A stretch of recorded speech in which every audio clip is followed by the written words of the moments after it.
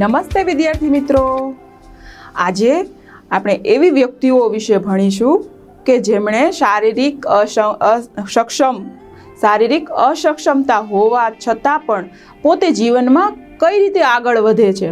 બરાબર, તો પાઠ 6 સુબહ, એક સવાર. પાઠનો શબ્દ છે એ કેટલો માર્મિક છે. એવી સવાર, એટલી સરસ નવીન સવાર છે કે જે પોતાના ભૂતકાળને પણ ભૂલાવી દે એવા પ્રકારની એક સવાર છે. તો પ્રસ્તાવનામાં આપણે અમુક વ્યક્તિત્વ જોઈશું કે જે પોતાની શારીરિક અક્ષમતા હોવાને લીધે પણ કઈ રીતે પોતાના જીવનમાં આગળ વધે છે, અને ત્યાર પછી આપણે સુબહ પાઠની જે રેશમા છે એ કઈ રીતે કાર્ય કરે છે. બરાબર, કઈ રીતે કોકનો જીવ બચાવે છે પોતાના નાના ભાઈનો, એના વિશે જોઈશું. તો પ્રસ્તાવનામાં આપણે જોઈએ, પહેલી કોણ છે? આ ચિત્ર તમને જે દેખાઈ રહ્યું છે, જેમના હાથમાં ધ્વજ છે, બરાબર, તિરંગો ઝંડો, તો એ છે અરુણિમા સિન્હા. શા માટે અહીંયા આપણે આ લીધું છે? કારણ કે અરુણિમા સિન્હા છે એણે પોતાના બે પગ અમુક કારણોસર અમુક પ્રસંગમાં ગુમાવી દીધા. બરાબર, ઉત્તર પ્રદેશના સુલતાનપુરમાં એ જન્મેલી છે. 21 મે 2013ના રોજ એની સાથે ઘટના બને છે. શું થાય છે? એ ટ્રેનમાં પદ્માવતી એક્સપ્રેસમાં લખનઉ જતી હતી, ત્યારે દિલ્હી પાસે અમુક વ્યક્તિઓ ટ્રેનમાં ચડી જાય છે અને આ બાળકીએ જ્યારે સોનાનો ચેન પહેરેલો છે એ ચોરવાના ઈરાદાથી ખેંચતાણ ચાલે છે, બંને વચ્ચે યુદ્ધ ચાલે છે અને આ બાળકી છે એને ત્યાંથી ફેંકી દે છે ટ્રેનમાંથી બહાર. અને આ બાળકી છે એના બંને પગ છે કપાઈ જાય છે, લોહાણ થઈ જાય છે, વાગે છે એના આખા શરીર ઉપર અને કણસતી રહે છે. જ્યારે આજુબાજુના વ્યક્તિઓને આની જાણ થાય છે ત્યારે દિલ્હીની એમ્સમાં એને દાખલ કરે છે અને ત્યાં એમને કૃત્રિમ પગ બેસાડવામાં આવે છે. હવે આ વ્યક્તિ છે એને કૃત્રિમ પગ છે એ પોતે પોતાની રાષ્ટ્રીય કક્ષાની વોલીબોલ રહેલી હતી. હવે તમને ધ્યાન હોય અથવા તો ખ્યાલ હોય કે કોઈ એથ્લેટિક એટલે કે રમવામાં જે માહિર છે એનું પગ છીનવાઈ જાય તો એના ઉપર કેવું દુઃખ આવી પડેલું હશે. બરાબર, એની કલ્પના બહારનું એને અંદરથી દુઃખ થતું હશે કે હું આટલી સરસ વોલીબોલ રમતી અને અત્યારે મારી જિંદગી આ પ્રસંગના લીધે, આ દુર્ઘટનાના લીધે હું ક્યાં આવીને પડી ગઈ. છતાં પણ આ હાર માનતી નથી જિંદગીની સાથે અને શું કરે છે? પોતે માઉન્ટ એવરેસ્ટ છે 21 મે 2013ની અંદર એ સર કરે છે અને પદ્મશ્રી એવોર્ડ પ્રાપ્ત કરે છે. બરાબર, તો આવી અરુણિમા સિન્હા નામની છોકરી છે એ પોતાની નીડરતા અને સાહસિકતાના લીધે જાણીતી છે. ચાલો, આવું બીજું જ એક વ્યક્તિત્વ છે એના વિશે પણ આપણે જોઈએ. અહીંયા તમને ચિત્રમાં વ્હીલચેર ઉપર કોણ બેઠેલી દેખાય છે? એ છે મલાથી કૃષ્ણામૂર્તિ હોલા. આ બેંગ્લોરમાં જન્મેલી છે બાળકી. બરાબર, હવે એની માતા પિતા છે એકદમ ગરીબ સામાન્ય પરિસ્થિતિવાળા છે કે જેમના 4 સંતાનો છે માતાના, અને એને સાચવે છે, ઘરમાં એ કામ કરે છે. એના પિતા છે એક હોટલ ચલાવે છે, એટલે ખૂબ જ એમની આર્થિક સ્થિતિ છે નબળી છે. બરાબર, આ બાળકી છે એને નાનપણમાં તાવ આવે છે અને તાવ આવે છે ત્યારે એના બંને પગો છે એને એવું લાગે છે કે એના બેજાન થઈ ગયા, એમાં કાંઈ સ્ફૂર્તિ નથી દેખાતી. એટલે એના માતા પિતા એને દવાખાને લઈ જાય છે. 2 વર્ષ સુધી આ બાળકીને કરંટની જે વીજળી આપીને જે સારવાર કરવામાં આવે એવી 2 પગની સારવાર કરે છે, પરંતુ એનું અડધું શરીર છે એ સારું થાય છે તાવમાં અને અડધું શરીર છે એ ખરાબ, એટલે કે પોલિયોગ્રસ્ત થઈ જાય છે. આમ છતાં પણ પોતે હાર માનતી નથી. એ પોતાનો કંઈક ને કંઈક કાર્ય કરે છે. એથ્લેટિક હતી પોતે ભૂતકાળમાં જ્યારે એના 2 પગ સારા હતા ત્યારે. અને પછી શું કરે છે? એ આ પોતાના પગ ગુમાવ્યા પછી પણ એક બેંક ચલાવે છે, પોતાના 6000 ગ્રાહકો છે એના એકાઉન્ટ નંબર યાદ રાખે છે. એક ફાઉન્ડેશન ચલાવે છે મલાથી, કે જેમાં શારીરિક અસક્ષમ હોય એવા 16 બાળકોનું પોતે ફાઉન્ડેશન દ્વારા દેખરેખ રખાવી અને એનો ભરણ પોષણ કરે છે, એને આગળ વધારવાના પ્રયત્નો કરી રહી છે. અને ડિફરન્ટ સ્પિરિટ નામનું આમણે એક પુસ્તક પણ લખેલું છે. એમને 300 બુક અલગ અલગ લખેલી છે. બરાબર, 300 મેડલ પ્રાપ્ત કરેલા છે, ઘણી બુક લખેલી છે અને પ્રસિદ્ધિ પામેલા છે આ વ્યક્તિ. એમને પદ્મશ્રી એવોર્ડ પણ મળેલો છે. તો હવે આવી આપણે સમાજમાં જોઈએ છીએ કે આ 2 પગ હોય, શારીરિક અક્ષમતા હોય નહીં છતાં પણ માણસ અથવા તો એવી પરિસ્થિતિઓમાંથી ભાંગી જાય છે કે પોતે આગળ વધવાનું ક્યારેય વિચારતા જ નથી. પરંતુ આ મલ્લાથી છે એ 300 મેડલ એમને પ્રાપ્ત થયેલા નથી. એમના જીવનમાં પણ એને ઘણા જ બધા સંઘર્ષો બેઠેલા છે અને ત્યાર પછી એ સંઘર્ષોમાંથી કઈ રીતે આગળ વધી એ આપણને એક જીવતું જાગતું ઉદાહરણ આ બંને વ્યક્તિઓ આપી રહી છે. બરાબર. તો સમાજમાં અને આજુબાજુમાં જેમની શારીરિક દુર્બળતા છે, કોઈને હાથ નથી હોતા, કોઈને પગ હોતા નથી, કોઈને વિઝન હોતું નથી, તો આવા વ્યક્તિઓના પણ વિકાસ માટે સરકાર કાંઈ ને કાંઈ કાર્ય કરતી હોય છે અને આપણે પણ એવા વ્યક્તિઓને હંમેશા માટે મદદરૂપ થવા માટે તત્પર રહેવું જોઈએ. તો ચાલો આજે આપણે આવા જ સક્ષમ જે વ્યક્તિઓ છે એમના વિશે અભ્યાસ કરીશું અને સુબહમાં રેશમા નામની જે છોકરી છે એમની નિડરતા અને સાહસિકતાથી કઈ રીતે પોતાના ભાઈનો જીવ બચાવે છે એ વિશે જોઈશું. જો અહીંયા તમને ચિત્રમાં શું દેખાઈ રહ્યું છે? એક બાળકી છે નાનકડી એવી, એ જેમની ઉંમર બહુ મોટી નથી, નાની એવી છે, 11 વર્ષ જેટલી છોકરી છે. એ ખુરશીમાં બેઠી છે અને માં છે એ શું કરે છે? એનું માથું ઓળી રહી છે. એ બંને વચ્ચે શું સંવાદ થાય છે એ આપણે જોઈએ. सुबह रेशमा ने देखा कि घर में सभी लोग सफाई में व्यस्त है. कोई सामान झाड़ रहा है तो कोई मकड़ी के झाले उतार रहा है. माँ कहती है बिटिया रानी त्योहार का दिन है. रेशमा ने कहा कोई काम हो तो मुझे बताना माँ. अच्छा चलो पहले नहा धोकर तैयार हो जाओ. જો પોતે કરી શકતી નથી એવી એનામાં નિર્બળતા છે નહીં, એ તત્પર છે કામ કરવા માટે. પોતાની માતાને કહે છે કે મમ્મી આજે ઉત્સવનો તહેવાર છે, એટલે તમને ખબર હોય ને કે દિવાળી આવતી હોય અથવા તો ઈદ હોય તો ઘરમાં શું કરે, બધું સાફ સફાઈ ચાલતી હોય, ઝાડા બાવા છે એ કરતા હોય, ડબ્બા સાફ કરતા હોય, પછી ઘરની અંદર ફર્નિચરની સાફ સફાઈ કરીને વ્યવસ્થિત ગોઠવણી કરતા હોય. કારણ કે તહેવારમાં આપણા મિત્રો છે, આપણા સંબંધીઓ છે, એકબીજાના ઘરે જઈ અને મળવા આવે છે. બરાબર. તો આવા જ પ્રકારનું વાતાવરણ છે એ આ રેશમાના ઘરની અંદર હતું કે તહેવારનો એટલે કે જે દિવાળી આવવાની છે એની તૈયારીઓ ચાલી રહી હતી. ઘરમાં સાફ સફાઈ માતા કરતા હતા, ડબ્બાઓ સાફ કરતા હતા.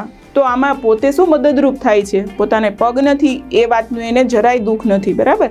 આમ છતાં પણ એ શેના માટે તૈયાર છે? પોતાની માતાને મદદ કરવા માટે એ તત્પર અને તૈયાર છે. ચાલો ત્યાર પછી શું થાય છે? ત્યાર પછીના ચિત્રમાં જુઓ. એ રેશमा છે શું કરે છે? माँ ने कहा नहा धोकर नाश्ता कर लो फिर बताऊंगी. माँ ने रेशमा को उसकी पहिए वाली कुर्सी पर बिठा दिया. હવે એને તૈયાર કરી અને માતા છે એને ખુરશી ઉપર બેસાડી દે છે. બરાબર છે. વ્હીલચેર છે એના ઉપર બેસાડી દે છે નાસ્તો કરી અને તૈયાર કર્યા પછી. ત્યાર પછી શું થાય છે? रेशमा जब 5 साल की थी तभी उसे तेज बुखार आया और दोनों पाँव एकदम बेजान हो गए. उसे पोलियो हो गया. હવે એને શું થાય છે? એને પોલિયો થઈ જાય છે, એકદમ તાવ આવે છે. હવે તો પોલિયાની રસી પણ આવી ગઈ. તમને ખબર ને અમિતાભ બચ્ચનનો છે ને 2 બૂંદ જિંદગી. બરાબર. આવું તમે કંઈક જોવો છો, એની એડ આવે છે અને એ પોલિયોનું રસીકરણ થાય છે. હવે તો નાબૂદ થઈ ગયો છે એનું રસીકરણ થવાને લીધે, જાગૃતતા આવવાને લીધે. પરંતુ આ એ સમયની વાત છે કે જ્યારે સમાજમાં આવા પ્રકારની જાગૃતતા ન હતી, આવા પ્રકારની રસી દેવામાં આવતી ન હતી. બરાબર. આ ત્યાર પછીનું શું બને છે પ્રસંગ એ જોઈએ. પરિવાર में सभी सदस्य पिताजी, छोटा भाई गोलू, दादाजी सभी उसे बहुत प्यार करते हैं. वह सबकी आंखों का तारा है. आंखों का तारा એટલે બહુ જ લાડલી હોય ને આંખો કા તારા અહીંયા શબ્દ વાપરેલો છે. બરાબર. અને એ કોણ? એના ઘરમાં કોણ કોણ છે? તો દાદા દાદી છે, પોતાના માતા પિતા છે અને એક નાનકડો ભાઈ ગોલુ છે. આટલા સભ્યો રહે છે, પરંતુ દરેકને એ લાડલી છે.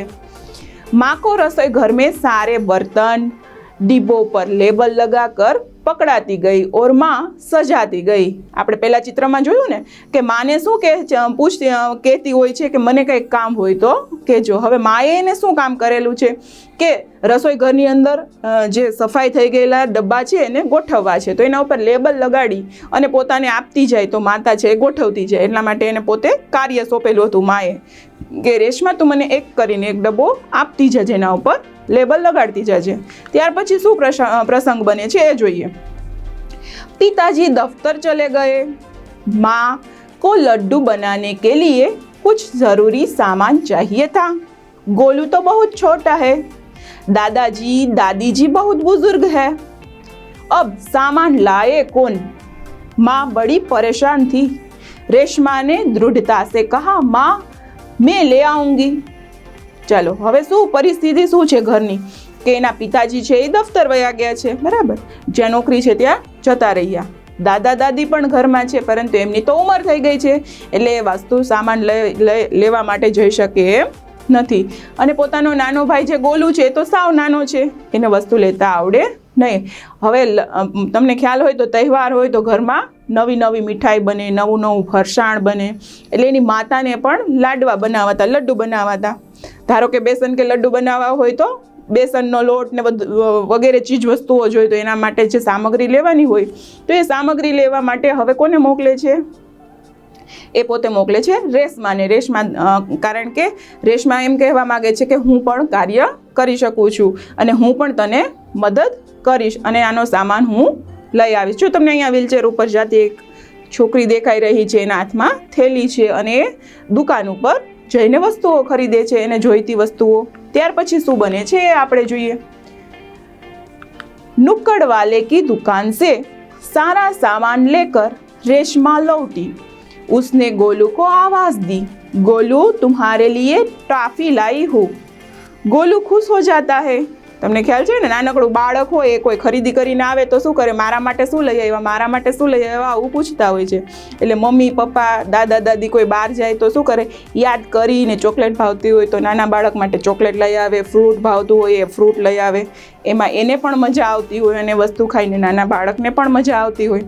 તો હવે આના ઘર રેશમા છે એના ઘરની અંદર સૌથી નાનું કોણ છે? ગોલું. તો એના માટે ચોકલેટ લઈ આવે છે, પોતે દુકાને સામાન લેવા જાય ત્યાંથી.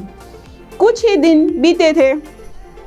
एक दिन शाम को रेशमा का घर दियों के झिलमिल प्रकाश से जगमगाने लगा. જુઓ આ કયા તહેવારની વાત છે? હા, તમને ખ્યાલ આવી ગયો ને, આપણે ક્યારે દીવડા પ્રગટાવીએ છીએ? હા, દિવાળીનો તહેવાર છે કે જ્યારે એક દિવસની રાતે દરેકે ઘરમાં દીવડા પ્રગટાવેલા હતા અને આ દીવડાના પ્રકાશને લીધે આખું જ ઘર છે પ્રકાશિત થઈ ગયેલું હતું. પછી શું પ્રસંગ બને છે? જુઓ અહીંયા કેટલું સરસ ડેકોરેશન કરતા. તમે આપણે જ્યારે દિવાળીનો તહેવાર આવે છે ત્યારે તમે જોવો છો ને, દીવડા લગાડીએ છીએ, પછી ઘરના આંગણામાં આપણે રંગોળી બનાવીએ છીએ, કંઈક સિરીઝ લાઇટની સિરીઝો ગોઠવીએ છીએ. તો આવા જ પ્રકારની તહેવારની તૈયારીઓ આ રેશમાના ઘરમાં પણ થતી હતી.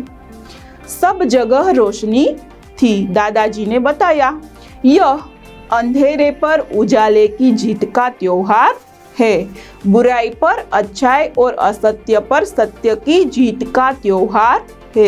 જો આપણા ઘરની અંદર આપણા દાદા દાદી અથવા વડીલો હોય તો એ દરેક તહેવારનું મહત્વ નાનું બાળક જ્યારે એને પૂછતું હોય કે આપણે આ શા માટે ઉજવીએ છીએ તો એને જવાબ આપે છે. એમ આ દાદાજી છે એ પોતાના જે નાના નાના બાળકો છે, પોત્રો છે, એને કહે છે, રેશમાને ને ગોલુને, કે આ ખરેખર આ અસત્ય ઉપર સત્યની જીત, એટલે કે રામ ભગવાન જ્યારે લંકામાં રાવણને મારીને પોતે અયોધ્યામાં આવ્યા હતા ત્યારે એની યાદમાં આ તહેવાર ઉજવવામાં આવે છે. એટલા માટે એને અહીંયા આવો જવાબ આપે છે કે અસત્ય ઉપર સત્યની વિજય અને બુરાઈ ઉપર અચ્છાઈની. બરાબર. એવી જ રીતે હોળી આવે તો હોલિકાનું અને આવી બધી વાર્તા, તમે દરેક તહેવારની વાર્તા તમારા ઘરની અંદર જે વડીલો દાદા દાદી હોય એને પૂછો તો તમને એ સરસ મજાની વાર્તા કહેશે. બરાબર. હોલિકા દહન શા માટે થાય છે, બરાબર, પ્રહલાદની વાર્તા શું છે, આવું દરેક તહેવારમાં પાછળ, દરેક તહેવારની પાછળ કંઈક ને કંઈક વાર્તાઓ આપણા દેશની અંદર આપણી સંસ્કૃતિમાં જોડાયેલી છે કે આ તહેવાર છે તો એની પાછળની કંઈક આ પ્રકારની વાર્તા છે. તો એને ધીમે ધીમે જાણતા શીખો શા માટે આપણે આ તહેવાર ઉજવીએ છીએ. इस दिन रावण को पराजित कर राम अयोध्या लौटे थे। उसी खुशी में यह त्योहार मनाया जाता है। जो અહીંયા પણ દાદાજીને એ જ વાત કરે છે કે રામ ભગવાન છે જ્યારે અયોધ્યા આવ્યા એની યાદમાં આ તહેવાર ઉજવવામાં આવે છે। ત્યાર પછીનું ચિત્ર જોઈએ શું છે। અહીંયા જો નાના છોકરા છે દિવાળીના દિવસે શું કરતા હોય છે? ફટાકડા ફોડતા હોય છે। એટલે જો અહીંયા પણ નાના બાળકો તમને જોઈ શકો છો જે ફટાકડા ફોડીને આનંદ લઈ રહ્યા છે। ફટાકડા ફોડવાની પણ એક મજા હોય છે। આકાશમાં તમે જોવો છો ને દિવાળીના દિવસે રોકેટ જુદા જુદા કલરની જે ડિઝાઇનો થાય છે એ જોવાની પણ કેટલી મજા આવતી હોય છે। सबने मिलकर पूजा की और प्रसाद खाया। गोलू अपने दोस्तों के साथ पटाखे छुड़ाने में मग्न हो गया। रेशमा अपने दादा दादी के साथ फुलझड़ियाँ जला रही थी। तब रेशमा देखती है कि गोलू ने जिस पटाखे को बुझा समझकर छोड़ दिया था। હવે જુઓ આ એવી ઘટના છે જો આ દરેક બાળકને ધ્યાન રાખવા જેવું છે કે જ્યારે ફટાકડા ફોડતા હોય ત્યારે આપણે અમુક ફટાકડા છે એ થોડી વાર બુઝાઈ જાય એટલે આપણને એમ લાગે કે ફૂટતા નથી અને અચાનકથી એ ફૂટે ત્યારે કોઈનો હાથ દાજી જાય, કોઈ બાળકનો પગ દાજી જાય છે અથવા તો એને જ્યારે શરૂઆતમાં જ્યારે એને ચાલુ કરેલું હોય અને અચાનકથી ફૂટી જાય આવા પ્રકારના ફટાકડા અમુક આવે છે। બરાબર, તમે ભમચકેડી જે તમે ઘરે ફોડો છો એ ઘણીવાર ફૂટે છે, ઝાડવાઓ ઘણીવાર ફૂટે છે, તો એના લીધે નાના નાના બાળકો છે એ દાજી જાય છે। એટલે હંમેશા આપણે જ્યારે ફટાકડા ફોડતા હોય ત્યારે આપણા વડીલો હોય એ સાથે રહેતા હોય, બરાબર, અથવા તો એ સાથે રહેવાનો આગ્રહ રાખે કે તું ફટાકડા ફોડ તો ચાલ હું તારું ધ્યાન રાખું। આવા પ્રસંગો ન બને, કોઈને હાનિ ન થાય એટલા માટે। ચાલો ત્યાર પછી શું થાય છે? આ ગોલુને પાછળ જે ફટાકડો છે ફૂટી રહ્યો છે અથવા તો એ જેને એમ માનતો હતો કે આ ફૂટશે ને એવું માનતો હતો અને પછી શું બને છે અચાનક ઘટના એ જોઈએ। उसमें अचानक से चिंगारियां निकलने लगी है। रेशमा अपनी कुर्सी को धकेलती गोलू के पास पहुंची। गोलू को धक्का देकर दूर गिराया। रेशमा ने गोलू को बचाया। હવે અહીંયા જે ગોલુ છે એ તો ફટાકડા ફોડવામાં મગ્ન હતો, એને ખબર નહોતી કે આ ફટાકડો ફૂટશે અને પોતે દાજી જશે। એ સમયે એની બેન તરીકે રેશમાને એમ થયું કે ચાલ આને હું બચાવી લઉં, પરંતુ પોતાના પગ તો ન હતા, વ્હીલચેર ઉપર બેસેલી હતી, તો એ શું કરે છે વ્હીલચેરને ત્યાં લઈ જાય છે ધીમે ધીમે આગળ કરી અને પોતાના ભાઈને ધક્કો મારીને દૂર કરી દે છે અને ફટાકડો ત્યારે જ ફૂટે છે। હવે શું પ્રસંગ થાય છે એ જોઈએ। હવે જોરથી અવાજ થાય છે, ફટાકડો ફૂટેલે સ્વાભાવિક છે કે આપણે કાન બંધ કરી દઈએ એટલો જોરથી અવાજ આવતો હોય છે, તો અહીંયા પણ આવું જ થયું। પરંતુ હવે રેશમાની શું હાલત છે અને ગોલુની શું હાલત થાય છે એ જોઈએ। रेशमा गिर जाती है और कुर्सी उसके ऊपर गिरती है। सब बाहर आकर देखते हैं। माँ ने रेशमा को उठाया। पिताजी ने कुर्सी सीधी की।